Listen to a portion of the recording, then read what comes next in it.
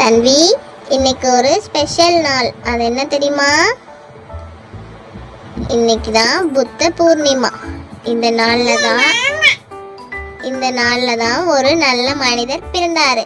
அவரோட பேரு தான் கௌதம புத்தர். சின்ன வயசுல புத்தர் ஒரு ராஜகுமாரர்.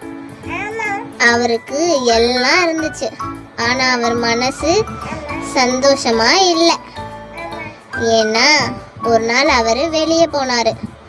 அங்க அவரு என்ன பார்த்தாராம்? நோயாளி, வயசானவங்க, மரணம்.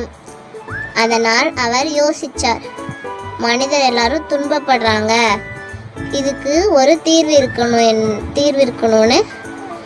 அதனால் அவர் எல்லாத்தையும் விட்டுட்டு, ராஜகுமார் பதவியெல்லாம் விட்டுட்டு தியானம் செய்ய ஆரம்பிச்சிட்டாராம்.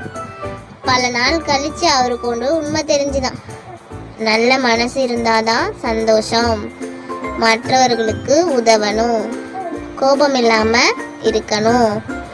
அதனால தான் இன்று வரை அவரை நம்ம எல்லாரும் நினைக்கிறோம். ஓகேவா? அதனால இப்ப நாமளும் என்ன செய்யணும்?